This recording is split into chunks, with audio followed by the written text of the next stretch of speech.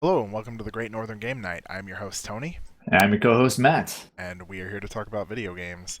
Hell yeah. A little bit of it's our off week right now. We're between trade-ins, so we might run a little short today. If that happens, oh well. Uh, I guess probably the first thing that I wanted to talk about is just touch on real quick that the release date for XCOM got pushed back like XCOM Yeah, 2. Sorry. that's kind of a bummer. I was having such a good time with XCOM too. I mean, also, yeah. I get it. Um, Good joke. See, I don't really mind games being delayed all that much. If they need that extra time to, flesh the game out, then they need that extra time. I don't want them to like push it out early and then fix it with patches. So Yeah. Some wrinkly old guy at Nintendo once said that a rush game is poor forever, but a delayed game is eventually good, right? So I think that yeah, was him anyway.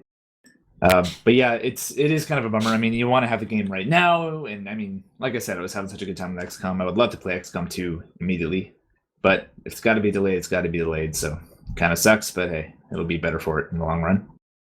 on the upside, it was supposed to come out in November, and now it's not coming out until February. But at least that means that I just have all of November to do nothing but play Fallout 4 now. Yeah, our schedule will be free of video games because we're Yeah, never short of those, are we? no, our schedule will not Yeah, be free of video games at all. Um, so I have actually wanted to segue this into what I've been playing recently, aside from the trade-in title. I picked up Fire Emblem Awakening for my yes, oh yeah, and it is. I guess you could call it similar to XCOM. It's a squad-based. Well, not squad. It's a party in a medieval fantasy type game, but it's a squad. it's a It counts. party-based game. It's tactical, top-down grid-based game. Um, it's really I've really been enjoying it. I like those kind of games where like you really have to plan things out because if you just like one fuck up and everything is just out the window for you. Oh yeah, Um, I'm really a big fan of those, like XCOM. We were talking a little bit about Valkyria Chronicles, which is a PS3 game that got ported to PC apparently. The port is pretty good, which so I would like to go back to it at some point because I played a little bit of it on PS3. yeah, But I'm into those kind of like tactical RPG type of things. I mean, really, they are tactical RPGs because your characters are leveling up. You're giving them like skills. Even in XCOM, I mean, you go down a talent tree basically in XCOM.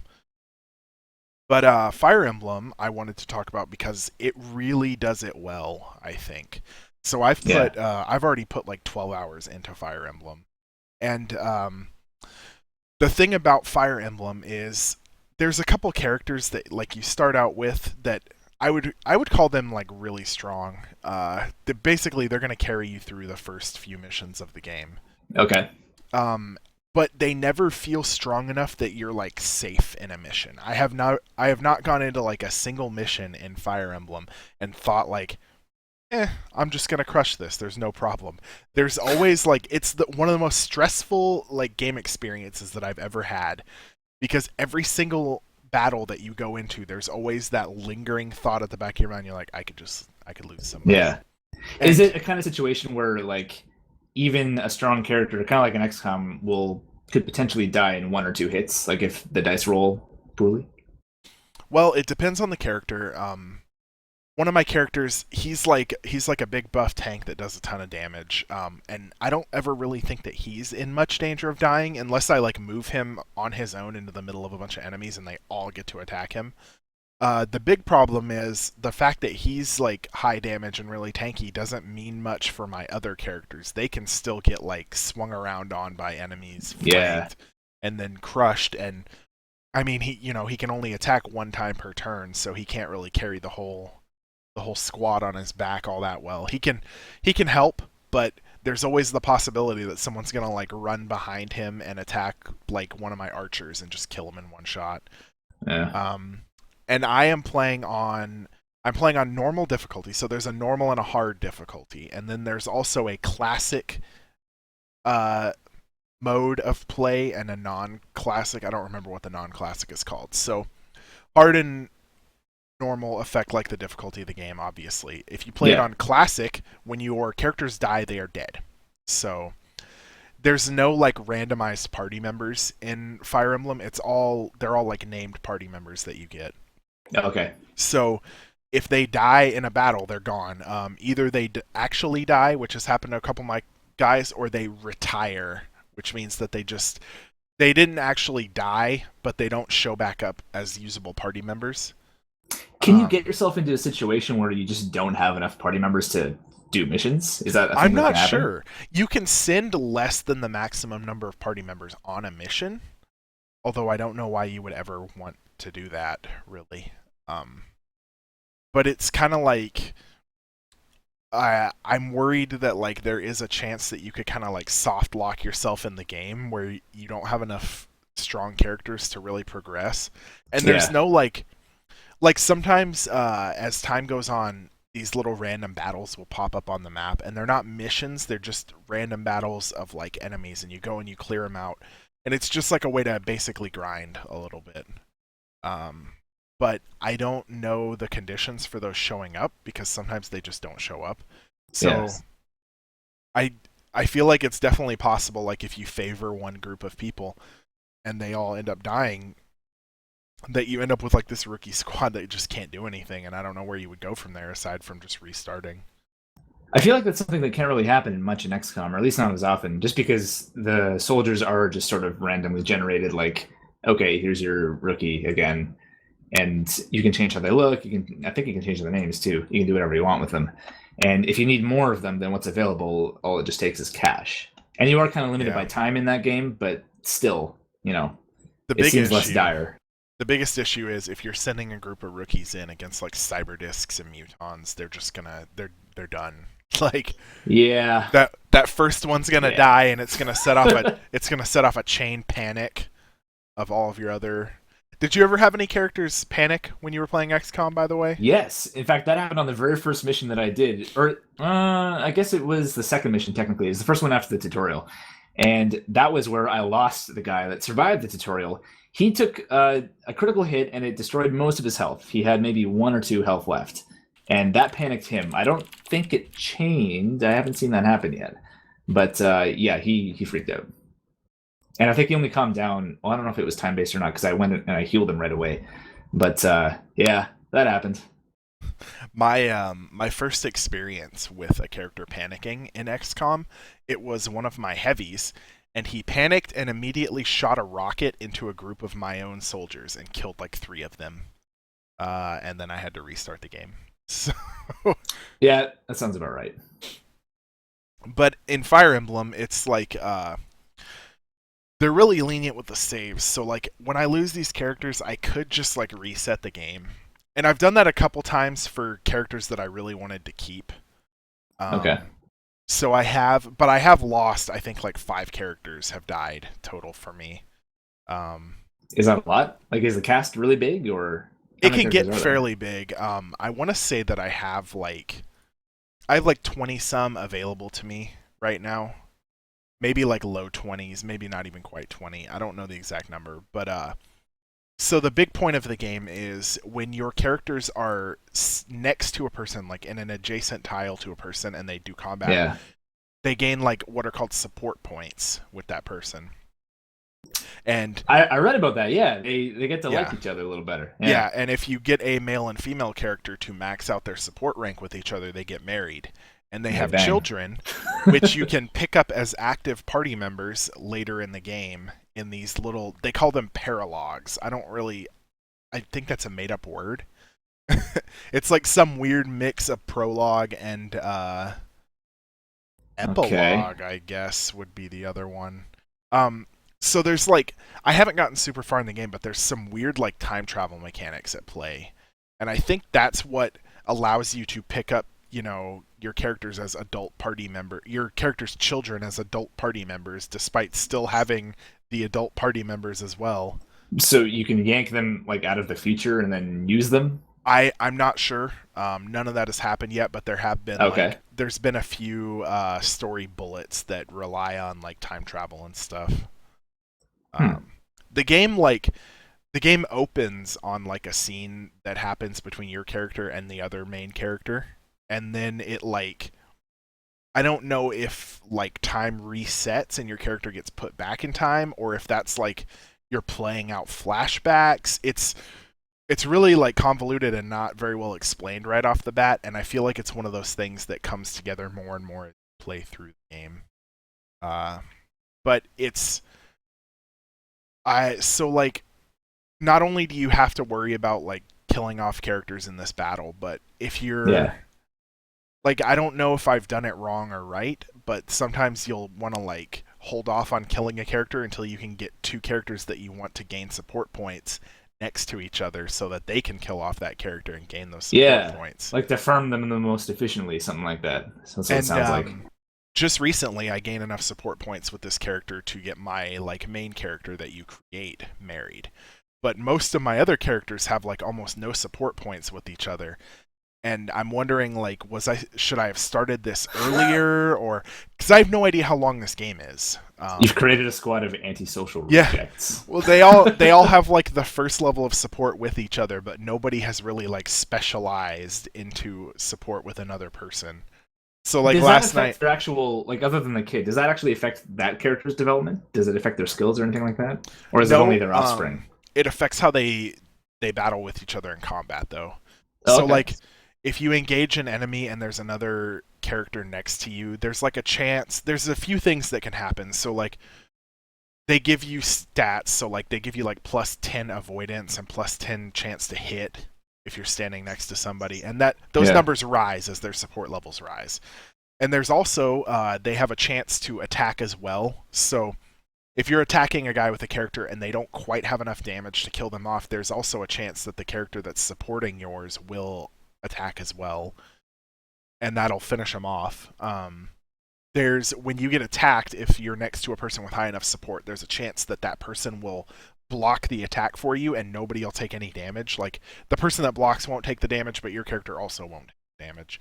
So there's definitely there's a lot of incentives to get your support level up among characters, but also the fights get so frantic sometimes that you can't really like worry about, oh, I got to get this character next to this character. You got to worry about, oh, I need this character to fucking survive.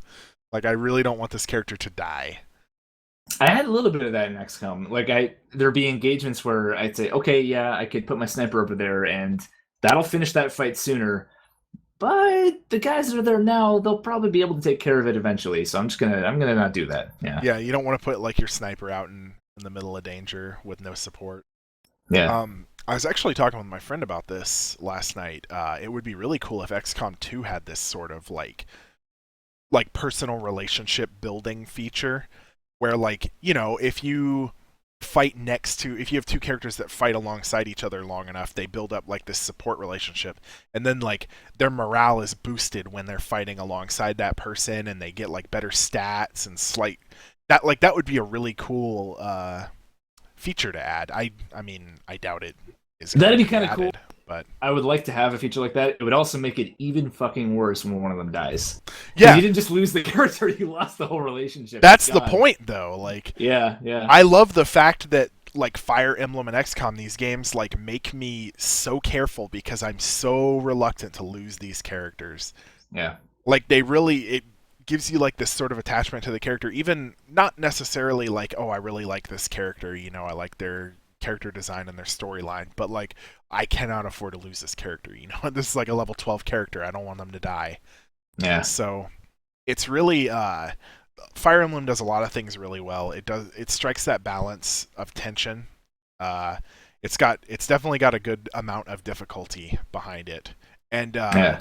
another thing that's really interesting is the weapon system. So you can find like these really cool weapons like off of enemies and in chests and stuff.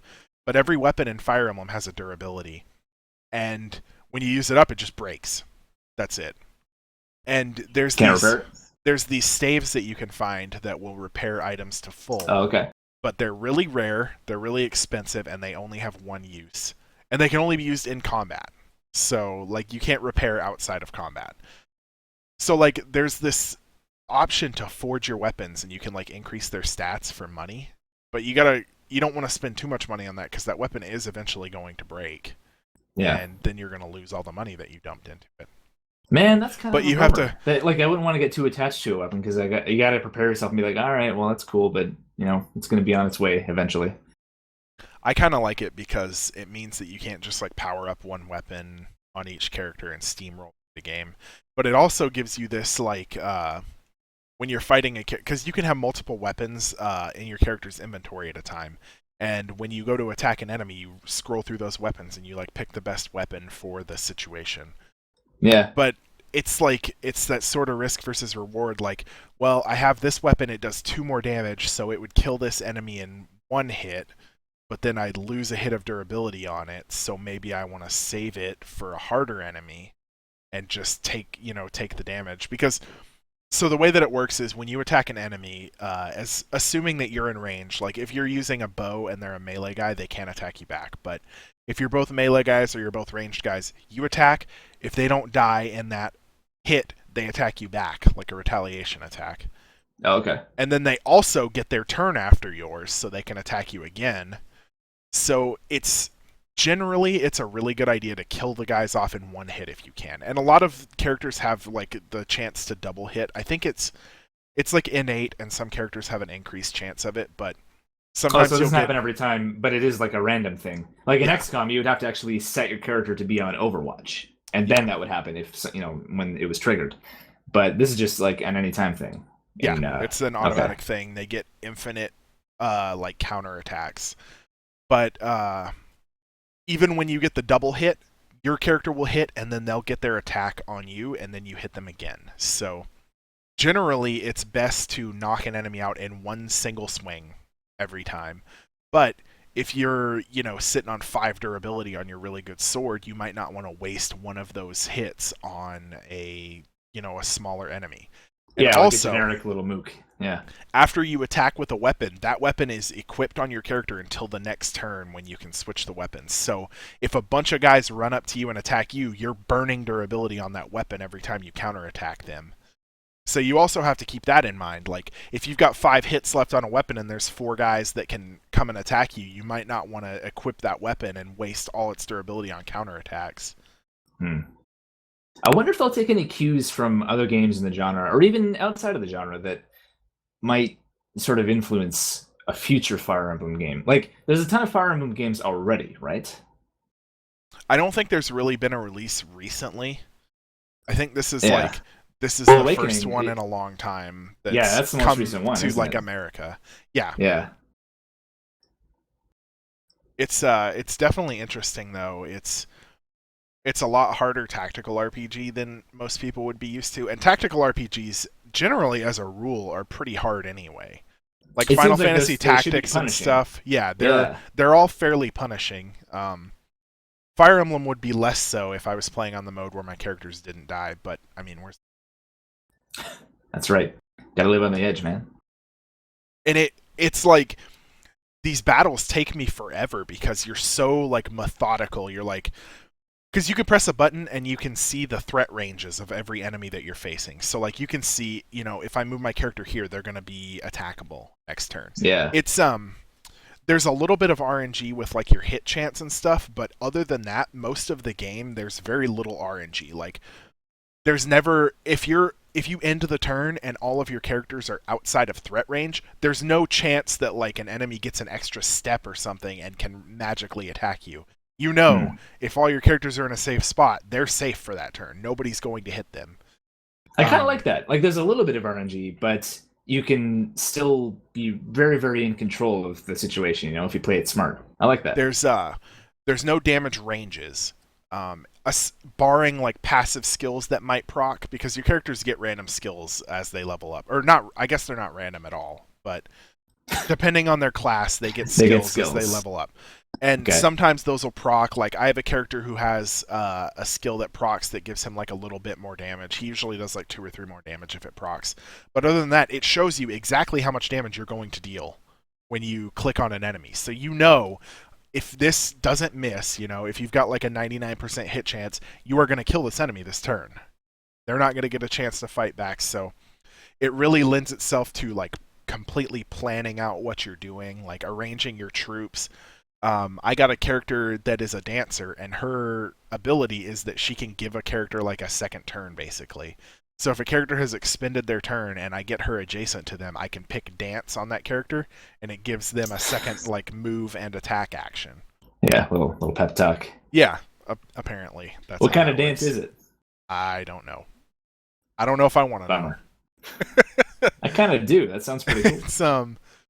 It's really like it's a tactical RPG, not just in the fact that every game with grid-based combat is considered a tactical RPG, but it's actually Yeah. tactical.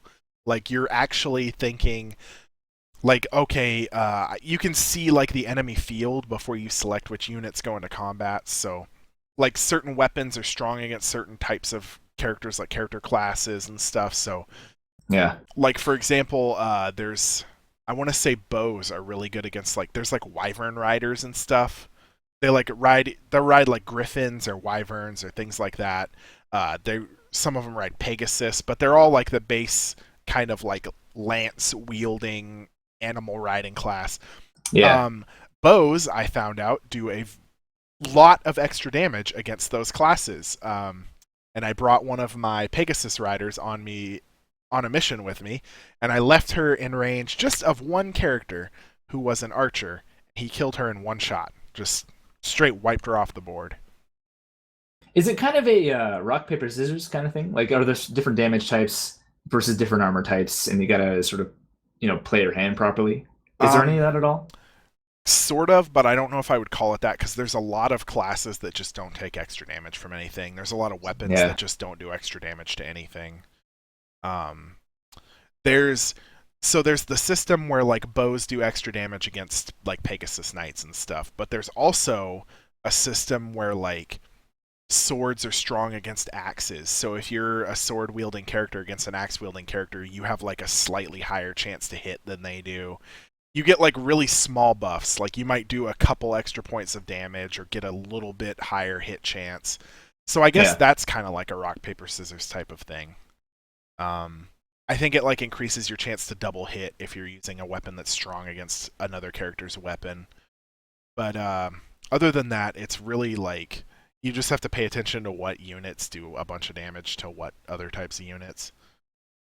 If I had been paying attention, that character never would have died. But yeah, she got like overkilled by like 10 damage, Yeah. which is a lot.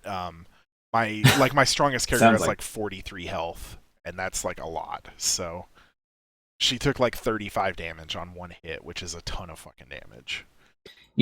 I kind of wish that XCOM had a little bit more depth in the combat. It's a really fun game, don't get me wrong, but some of the things you're mentioning that Fire Emblem has, or even things that I've seen in other games in the genre, like being able to tell your guys to go prone and stuff like that. There were some of those that were kind of missing from XCOM Enemy Unknown. I mean, I don't know. I don't know much No, about it's XCOM other than that, but XCOM is a lot less like properly setting up your squad and like figuring. yeah. XCOM's more about like looking at your numbers and saying like, oh, I should take this shot, or oh, I shouldn't take this shot. I should go into Overwatch. It kind of feels wrong to say this, but it almost seems like it's a more sort of arcadey version of a game in that genre. Does that make sense at all to you? Yeah. Like it's a little simpler. It's very very clear cut how you operate the game and like what you need to do to win, and how you control your squad and all that. Coming off of a game like, man, I don't even want to say Fallout Tactics because there was a little bit more control in the combat in that game. But something like Silent Storm, where you can make hole. Well, actually, no, you can do this in XCOM too. That's a bad example. You can make your own holes in in the walls and shit like that. Yeah, but sometimes But you don't need to do that in XCOM. Sometimes you can just shoot through I've a wall or. You know what? I've basically never done that. I did that once to get guys behind cover because when I actually killed someone with a rocket launcher, the scientist lady, Yeah. she hated it because I blew up the alien parts. So that sucked. But yeah, I really hope that XCOM 2 goes like full tilt, super super detailed control on the combat because man, that's the kind of thing that I think this genre does really really well. Like it lets you be so meticulous and just control every little detail. Like, all right, you're gonna run up to this cover, but I want you to drop prone and you're gonna hide, and then you're gonna be on Overwatch while the aliens come around here, and we're gonna distract them, and we're gonna make them come this way.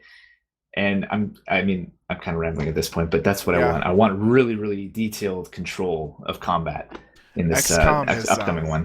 it's a lot less detailed in that sense, and it's a lot more about making sure your positioning is really good Yeah, and making sure like you have sight lines to every other character so that everybody can defend each other, and not taking, don't waste your time taking like a 50% hit chance shot. yeah. Um, It seems like it's a lot more about making these like very, very significant, deliberate choices throughout the combat scenario, rather than a game where you would go into this scenario not having any idea what's going to happen and just taking every little precaution you can to make sure that your guys come out alive. And you do that in XCOM, but there's not much you can really do to prepare except move forward carefully. And I you know, That's with XCOM, probably catch a lot of flack for this, but I don't really have fun playing on classic or impossible difficulty because it turns into like a one strategy game basically. When you're playing on classic, the game is hard enough that you're basically just like scurrying your troops forward like 3 steps at a time, keeping them as clumped up as you can so that when you see that first alien, you're ready and you don't instantly get bullshitted by like a single shot from the alien. yeah, And it's like everything just slows to a crawl when you're playing on those difficulties. With normal, there's a lot. I mean, it's still difficult, but there's a lot more leniency for you to like, run your shotgun guy way up and try and trigger enemies with him so that everybody else can take their shots from yeah. afar. I was doing some of that too. I had a shot. I can't remember the class. I think it's Assault that gets the shotgun, Yeah. and I would do that with her. She had an ability where she could dash and shoot in the same turn, so I would take advantage of that a lot. Just get right up in people's faces, and that's probably something that you wouldn't be able to get away with playing on Classic. I would imagine. I almost always, if I have an assault with run and gun, I almost always, that's what that ability is, by the way. I almost always will just activate it on the first turn and just sprint her as far up as I can and put her on Overwatch. Like, if I don't get a clear shot, I'll put her on Overwatch. Obviously, I'll take the shot if I get the shot, but Yeah, generally when you trigger a pack of enemies, and this is the thing that annoys me about XCOM, every time you trigger a pack of enemies, they just scatter and run away. There's no other option for yeah. them. Like So they're not already on Overwatch or anything. They just activate and then do something, and they usually do so scatter and like run away. no matter what you set up, they're gonna run away, and you're probably gonna lose your shots on them. It'd be nice if something like that was a little different in XCOM 2, where like you could run into packs that were already like triggered and ready. Because I mean, they know you're fucking coming. You shot their UFO down. Shut their plane down, man. Come on, get with it. Jeez, who are these aliens? I don't know. I really like XCOM, but there are some things that I hope to see for XCOM 2 that kind of like refine everything. And it seems like that's kind of the name of the game for XCOM 2 from what we've seen so far is Yeah. take all the systems that worked really well and make them even better. Well, I think just because of the setting alone in XCOM 2, like you're more of this sort of really super underground resistance group. It kind of seems like it's the sort of group where you wouldn't have a lot of resources, maybe not at the start anyway. But like if you're in this police state controlled by aliens, and it's this sort of um, dystopia, right? You could almost call it post-apocalyptic, even though they're sort of taking control of the place and not actually destroying everything. But in a setting like that, if you're controlling these rebels that are kind of sneaking around, like even in the middle of populated cities and not being able to just go, guns blazing into situations, it might lend itself to a totally different kind of gameplay. I almost think you might even be playing a little more stealthy than it usually would.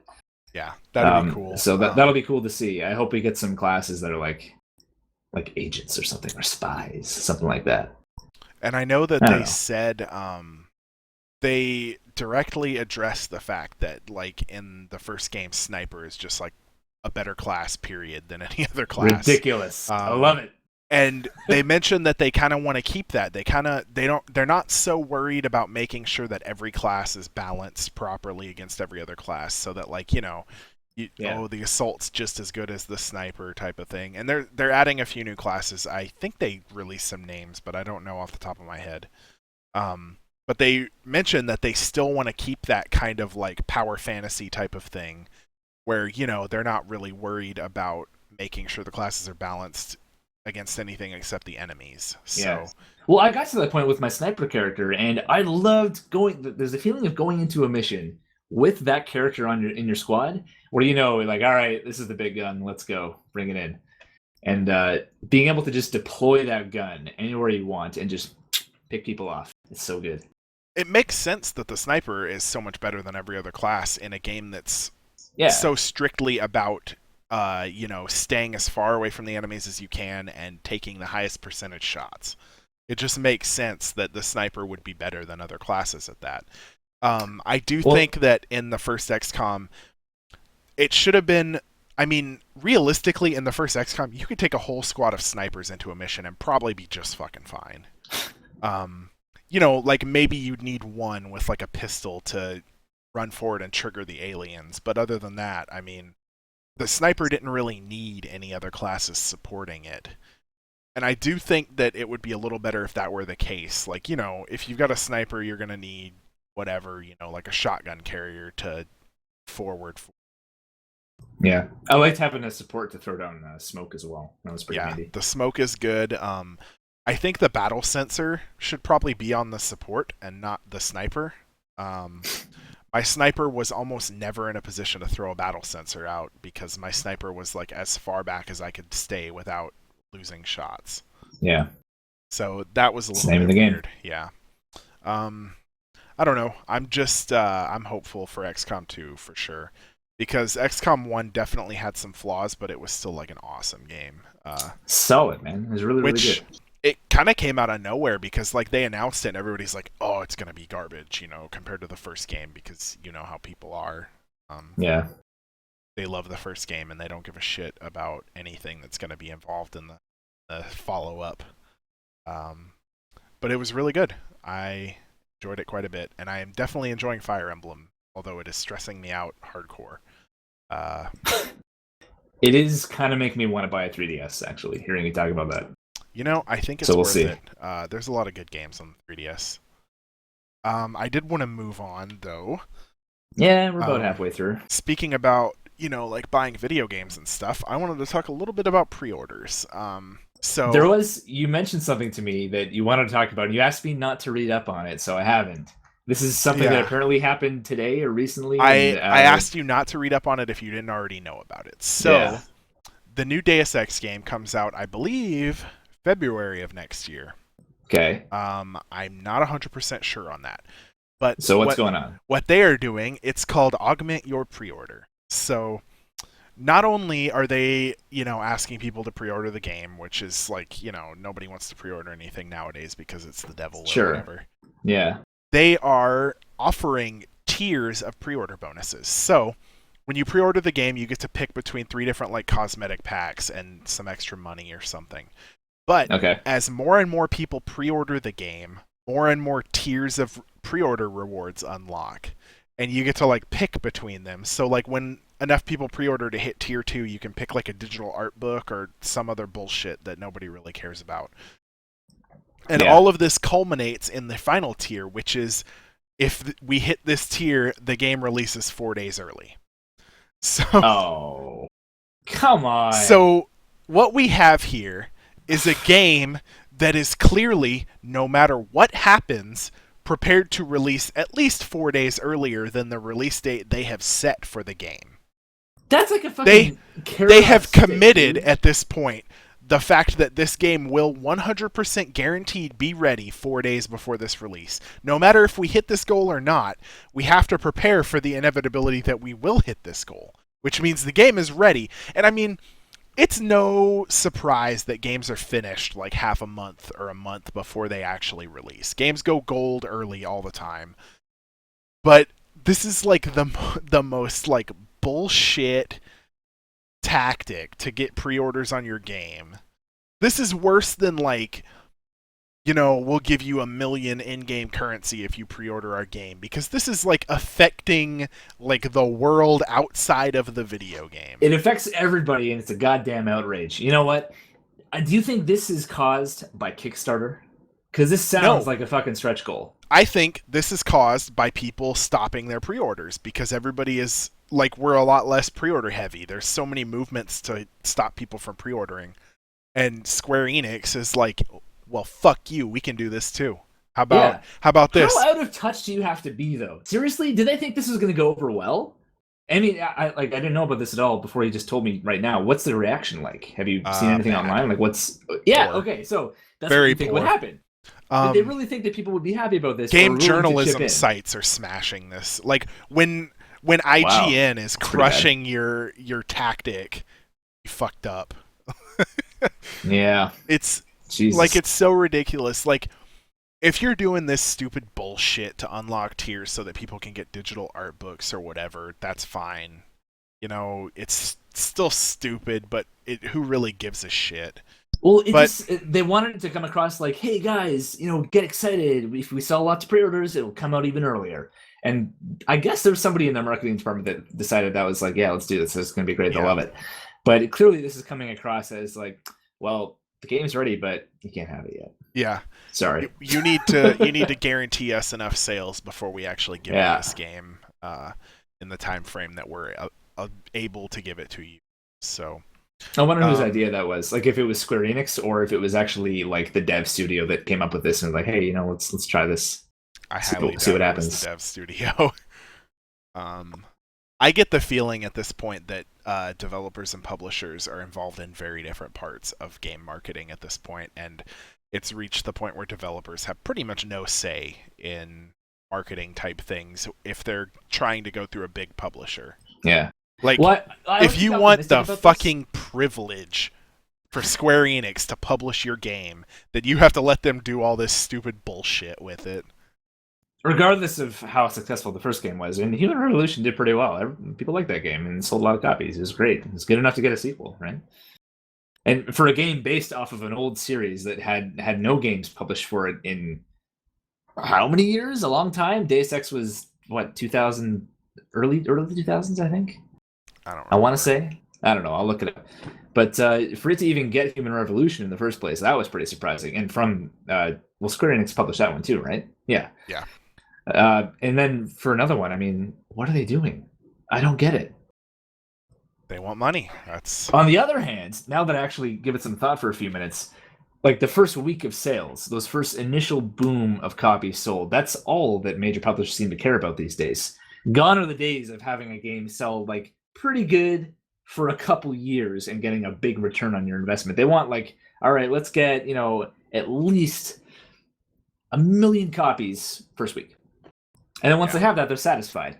And you've heard about DRM, like I can't remember the name of this one. It was the DRM system that Lords of the Fallen had, and they on the website for this DRM scheme.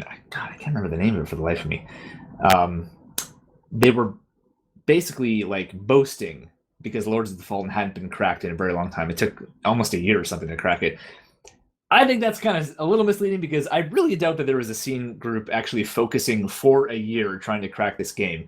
But they were saying, well, for that precious first week of sales, you should use our DRM because it takes that long to crack. Look at Lords of the Fallen. It took so long.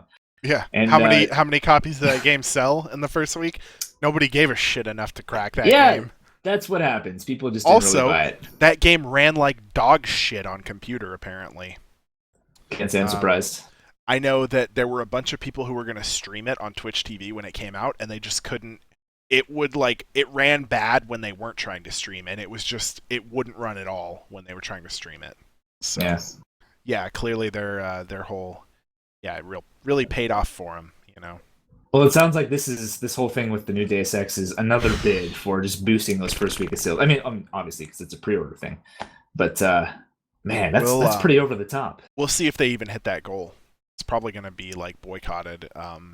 They're gonna depend on clueless mothers coming into GameStop pre-ordering games for their kids to hit that tier. I think there's enough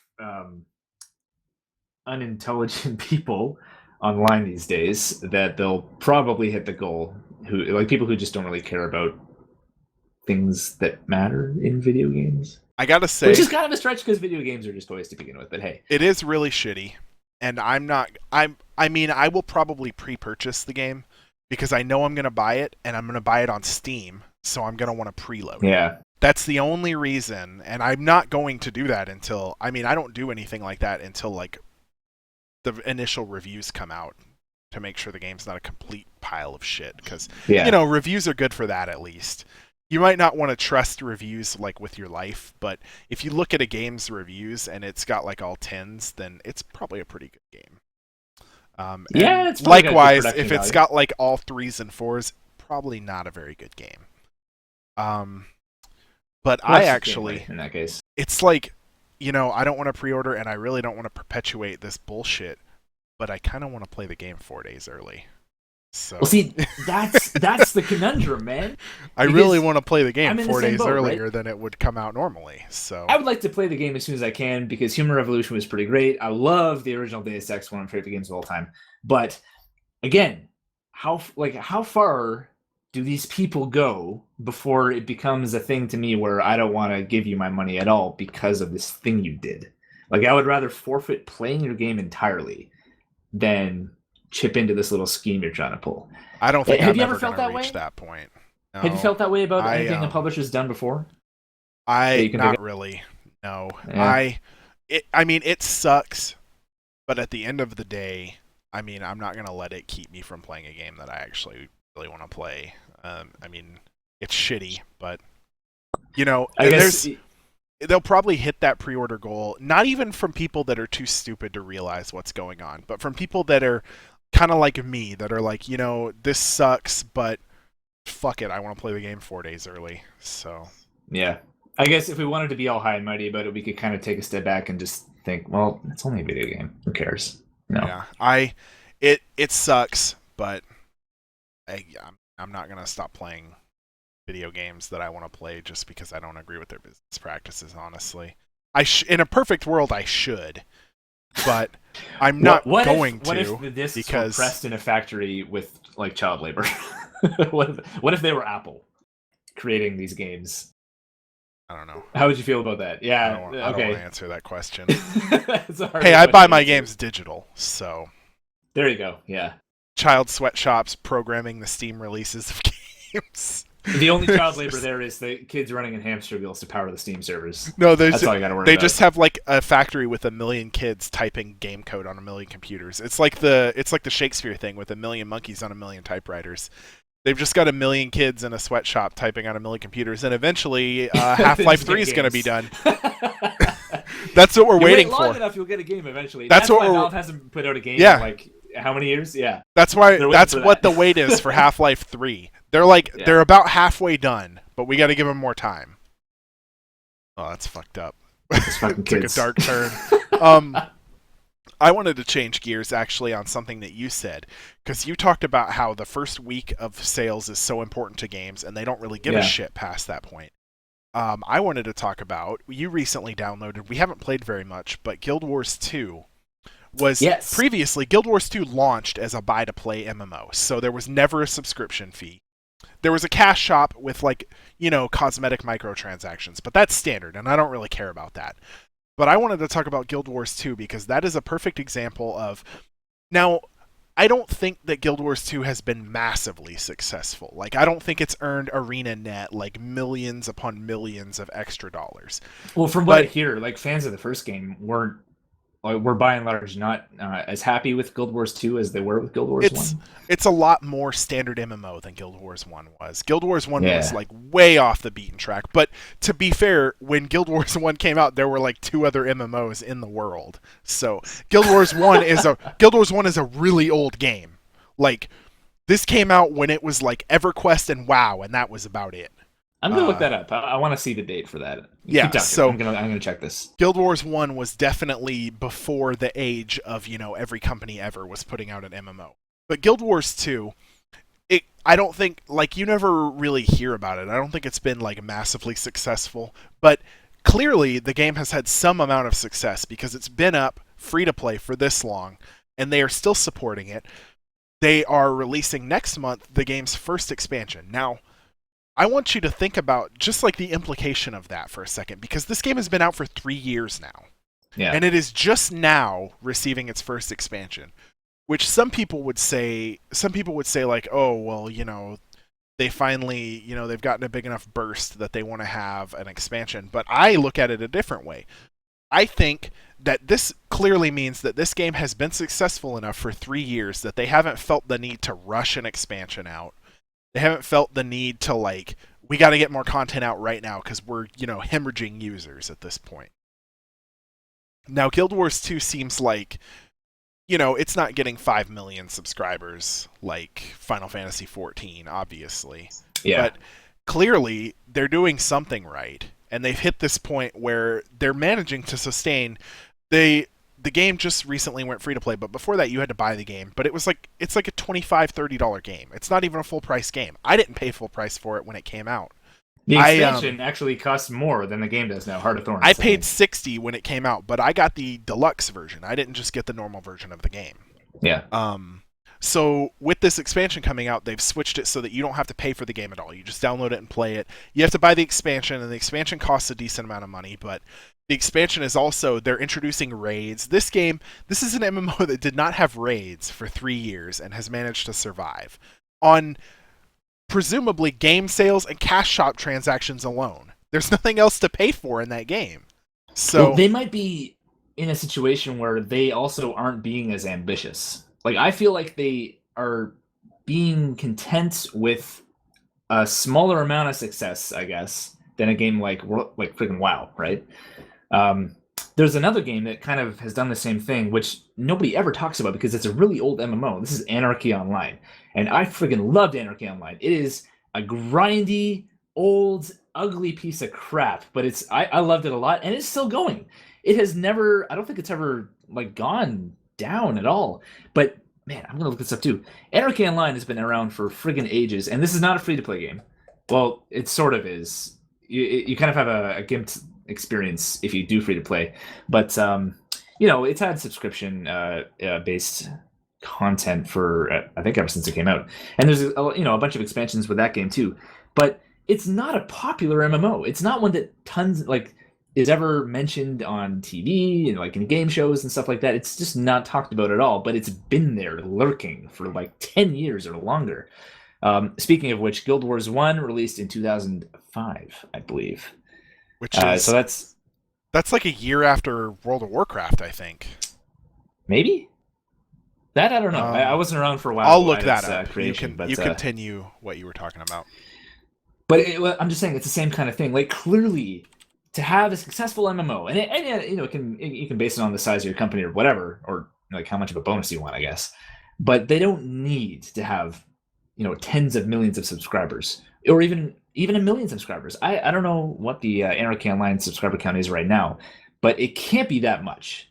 This is like EVE Online. It's a popular game that's just been around for a long time, shows no signs of stopping. It's still there, just like Guild Wars 2, but it's just not that large. But clearly that's enough for them, right? It's one of those games that's probably not really picking up that many new active members all the time, but it has such a dedicated player base, kind of like EVE Online, that the game is sustained off the same players over the course of several years, basically. World of Warcraft came out in November of 2004. So Guild Wars 1 came out not long after World of Warcraft came out. So to say that Guild Wars 1 kind of broke the mold wouldn't really be accurate, because there wasn't really a mold to break at that point. So it was just an MMO that came out that was trying something, which is basically what WoW was, but WoW took off. So it was there's a big subset of these games, like Anarchy Online that you were talking about, Guild Wars 2. Guild Wars 1 is still running, I think. EVE Online, the only MMOs that you ever hear about are the ones that try to reach WoW level and fail. So Star Wars The Old Republic, WildStar, Elder Scrolls Online, all these MMOs that came out and they were shooting for the moon. They were like, this is going to be the WoW killer, here, pay us $15 a month. This game's going to be better than WoW ever was. And I mean, even with WoW hemorrhaging subscribers right now, as it always does near the end of an expansion, by the way, don't let anybody tell you that this is something weird. And they're hitting new lows, but I mean, we've talked about this before. The fact that WoW's original player base has reached the point where they're too old to play the game anymore. They've got lives and too much stuff to do. And grandchildren and RRSPs and investments. it's like a Yeah. natural progression, but don't let anybody tell you that like WoW is dying because it has half the subscribers it had last year. It went from having a ridiculous amount of subscribers to still having a ridiculous amount of subscribers. It's just Um, it's having an extended stay in the hospital, but it's probably going to be okay. yeah, Final Fantasy 14, which has been on like this fucking monumental rise for the last like 6 months, has just hit the number of subscribers that WoW has bled down to. Like, so the fact that it's lost so many subscribers looks bad on paper, but when you compare it to every other MMO, I mean, it's still chugging along at the top of the list. Oh yeah. But the problem is that these games dedicate so much to like becoming the best MMO as opposed to just delivering a good experience to the people that want to play it. And I feel like Yeah. that's what these kind of, I would call them like, I guess, niche MMOs like Anarchy Online and Guild Wars 2. They're not exactly your standard MMOs. They're not WoW clones, and they're not trying to like take over the list and become the most popular MMO in the world. They're just trying Yeah. to keep the game going, basically, and that's what Guild Wars 2 has done. Now, I don't know much about Guild Wars 2. Like, I've never played it until it became free to play. We just rolled some new characters last couple nights ago. Um, but this is, I think, something that's every MMO developer should try to do. And it's not to just throw more content at the player. Having lots of content is good, no doubts. But I feel like the ones that fail run into this problem where they don't do anything different and they just give you, like, okay, here's another boss to beat, here's another dungeon to do. But they don't introduce anything new in the actual progression like of your character, the way you get there, the way you build up your character, the way you do combat and stuff like that. Some of them try, and it doesn't always work. Sometimes it does, sometimes it doesn't. I don't actually know what Guild Wars 2 does differently. Like, I would like to play it more just to see if I can pick up on the appeal and kind of figure out like why. Okay, like, oh, it's a good polished game, it looks nice. Why has it really survived this long? Without dishing out like a crap ton of content like certain other failed MMOs have done, and then failed despite that. So that's something I'm actually really curious for. I want to see what the big deal is. Well, I can tell you a few things.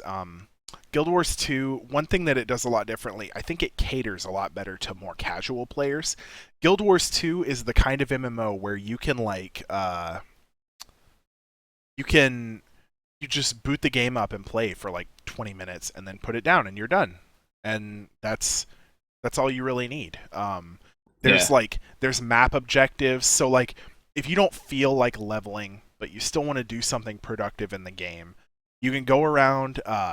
There's hidden points on the map like that you have to explore to get to. Like you can see their icon on the map, but that's not exactly where they are. That's just the general area, and they give you skill points. So yeah, the way the game works is you level up and you get skill points, but you can also get skill points through like quests and stuff. And through exploring the map, you'll get extra skill points. And they recently apparently changed up the talent tree system, so I don't know how that works anymore. But I mean, you would be doing stuff that's not like standard MMO fare. You're not running around killing a bunch of the same monster, but you're still progressing yeah, your character.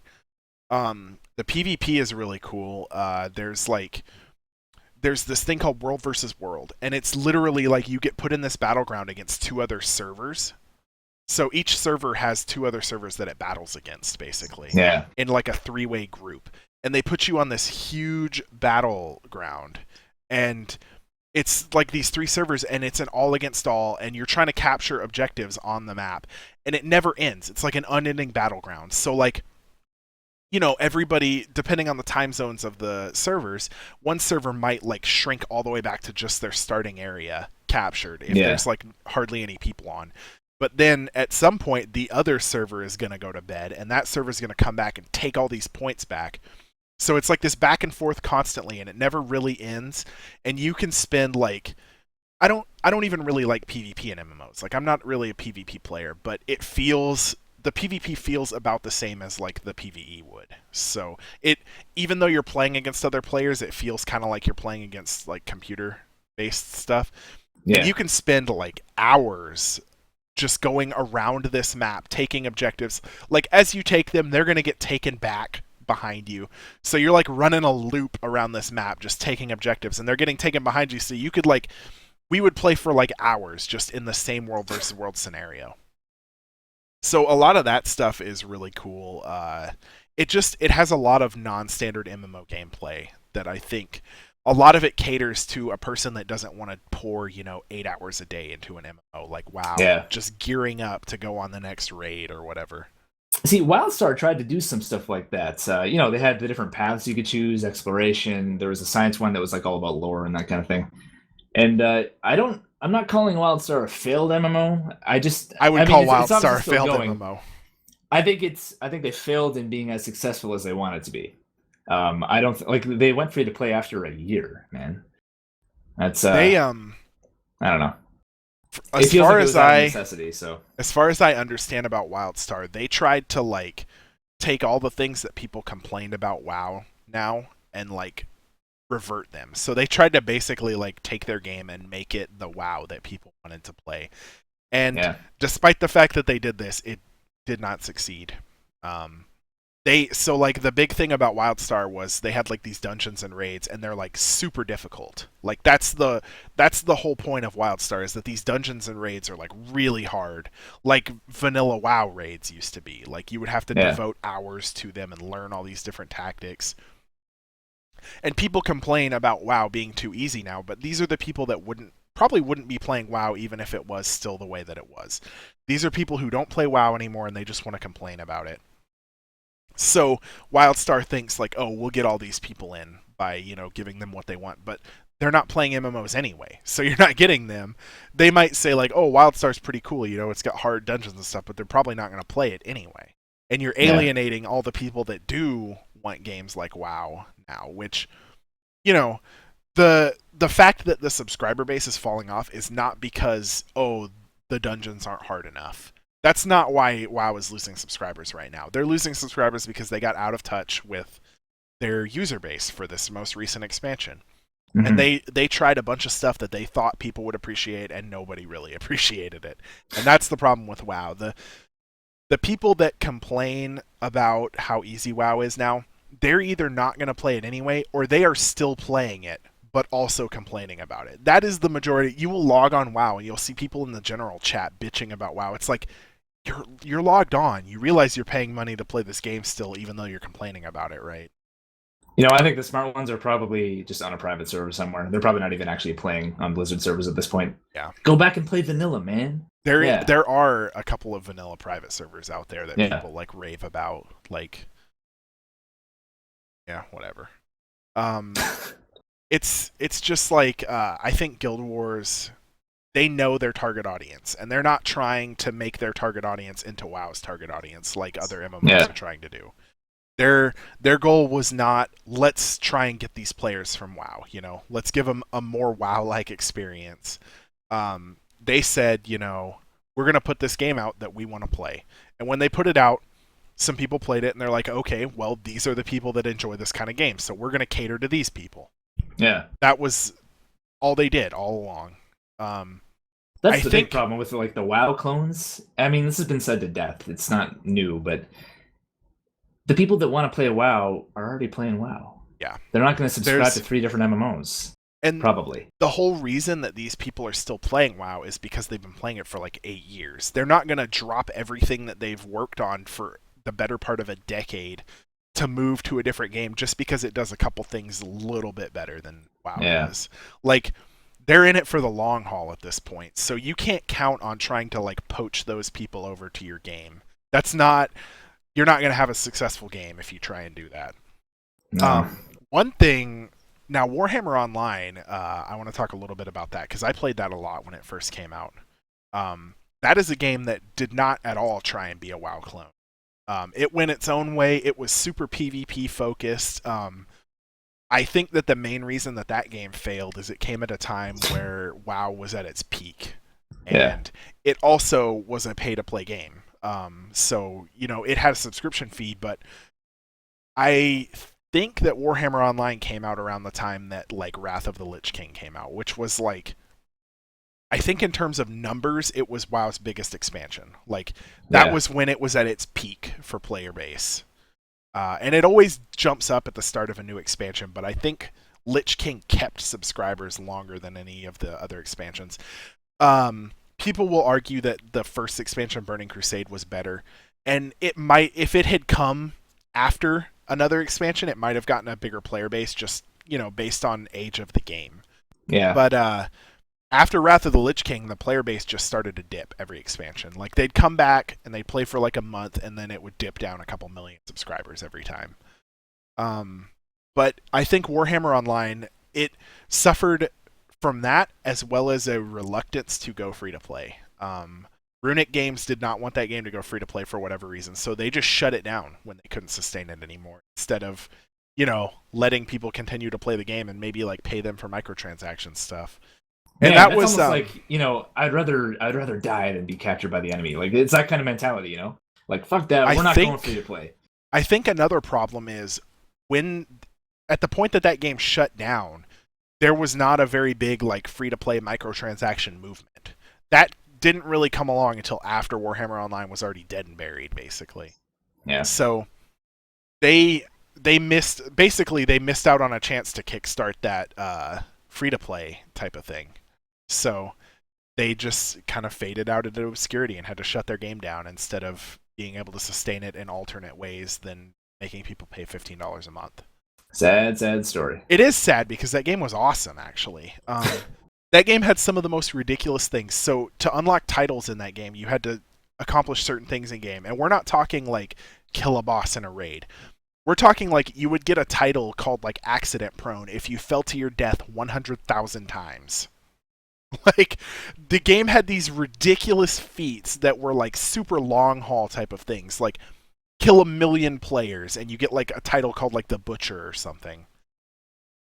So it went super in on like preparing its players to like commit for the long haul, and then everything just kind of fell through. But I mean, you would go to places where there's a long fall and you'd see people just like auto running off the ledge, resurrecting, running off again. And they probably because the button pops up in the same place every time, so they probably just had like an auto clicker and something holding their W button down. Yeah, and they were just that easy. They went to bed and were just running off this ledge over and over to try and get this title. It was kind of ridiculous, actually.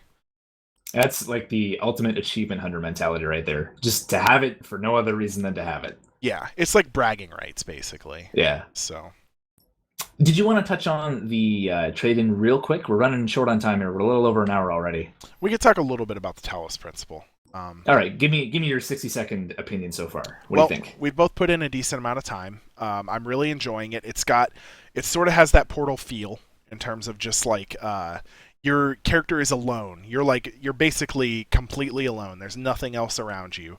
It's got physics-based kind of mechanics. The main mechanic is you get like these jammers and you can like turn off turrets or energy walls to get through them. Yeah.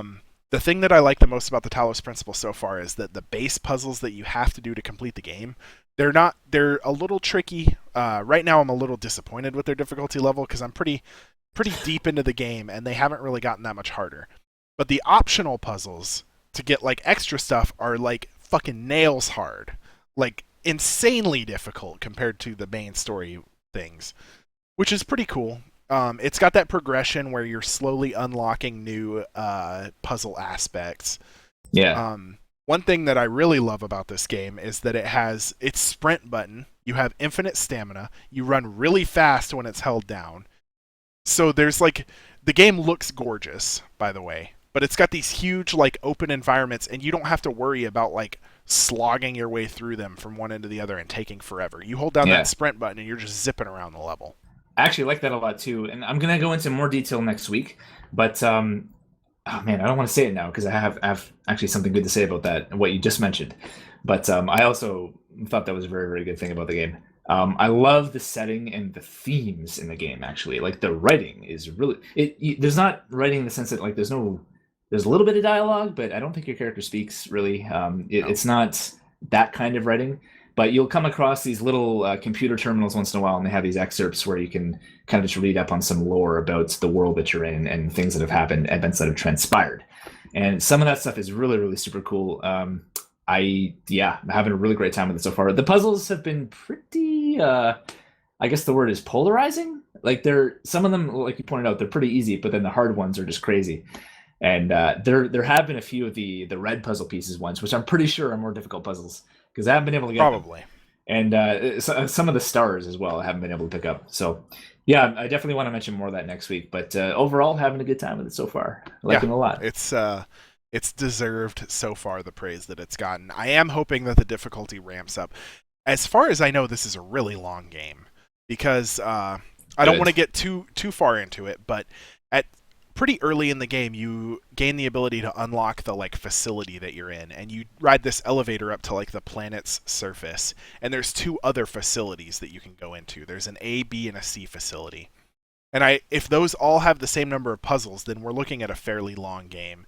And then there's some extra stuff. I don't really want to go into that because it's like spoiler story stuff. But there's some other stuff aside from the A, B, and C facilities to explore. Like I said, I'm hoping that the puzzles ramp up a little bit, but the biggest issue for me so far is the discrepancy in difficulty. So like there's either really easy puzzles or really hard puzzles, and I haven't really run into any in-betweens. Yeah.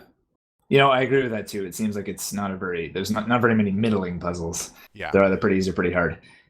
There was a lot of stuff I wanted to mention that I can't really because I don't want to do anything spoiler related now, and we're basically out of time anyway. Yeah. But next week, man, I'm bringing the spoilers.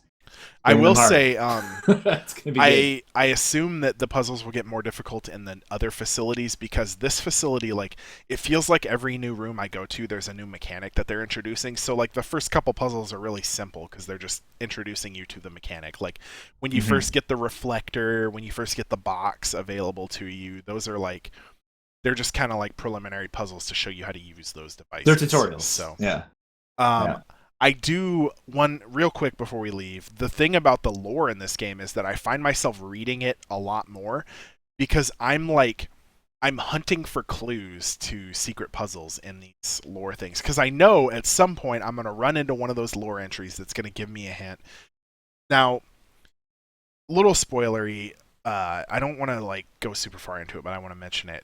In one of the levels, I think that the star that I'm trying to get on this level, there's 24 pillars in the center of this level, like ringing the platform that you start on. Each of them has a button on it. Each of those 24 pillars has a button on it. And you press 3 of them, and if you didn't press them right, they all come back out. So there's some sort of code that you have to punch into these pillars. And some sort of puzzle, you might say. So far, I have found no hints to that, but I have scoured every log entry that I have to try and find like a group of 3 numbers between 1 and 24 in the same area that might be a hint as to what I need to punch into this puzzle. And I don't know if I've just missed it, if I'm not paying close enough attention, but it's rough. And so it's over my head. I'll see how I do this week, and maybe we'll figure it out. All right. Well, I guess that's pretty much it. Anything else you want to mention before we close? No, I think we covered everything that cool. that I wanted to talk about. All right. Well, as usual, there were a couple people in the chat just tuning in. That's awesome. Thanks, guys, for watching. We've been saying we try to do it every Sunday at 7. There are Sundays where we just feel like shit and don't feel like streaming. So we're going to try and stick to that 7 p.m. Eastern as usual on the channel. And usually a few days after that, everything gets uploaded to our YouTube channel. Of course, you can follow us on Twitter. It's at GNGN Podcast. At GNGN Podcast. Send us some tweets. Tell us we suck. Tell us we're awesome. Ask us questions. Ask us to talk about something, whatever. We're good with that. And clearly we have problems with content. So, we need everything we can get. And, well, I guess that about does it. So, yeah, as usual, thanks again for watching. And subscribe, follow, like, whatever. Tell your friends, tell your dog. It's all good. Yeah. And we will see you guys next week. Yep. See you next week.